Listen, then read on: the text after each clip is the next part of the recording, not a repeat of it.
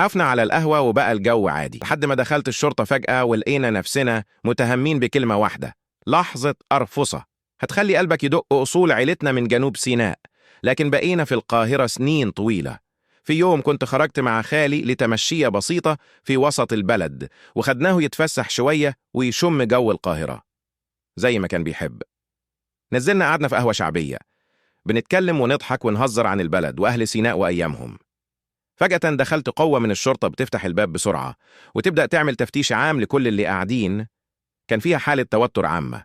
الراجل المسؤول قال إن في حملة تفتيش عشان لو حد عليه قضية ياخدوه معاهم، والناس كلها اتوترت وابتدت تقوم وتتحرك، واللي قاعدين حوالينا كل واحد قلبه يدق.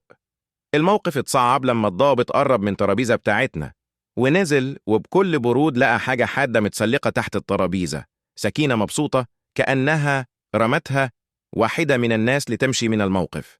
كله بصل لينا بعينين واسعة. الضابط بص لخالي وقال له بنبرة فيها لوم: ايه الكلام ده؟ ازاي راجل كبير معاه أداة زي دي؟ خالي رد عليه من غير أي عصبية: حضرتك مشكلتك إنك مش شايف، أنا معايا تصريح للسلاح وكل حاجة في ورقي. خالي طلع مظروف صغير فيه أوراق الترخيص، وبدل ما الدنيا تتفجر الضباط وقفوا، شالوا ورق الترخيص ورجعوه. اللحظة دي كلها كانت رمشة عين.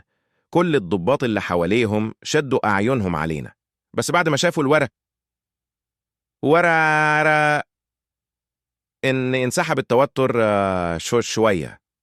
لو ما كنش عند خالي الأوراق واضحة الموقف كان ممكن ياخد شكل تاني، كنا هنقعد في القسم أو أسوأ. ومن اليوم ده وأنا فاكر كل ثانية قد إيه الورق الصحيح بيعرف يحميك وقت الخناق.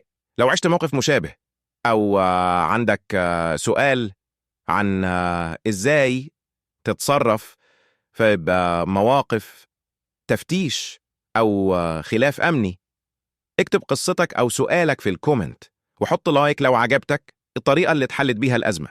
اشترك عشان توصلك قصص واقعية تانية من الشارع المصري.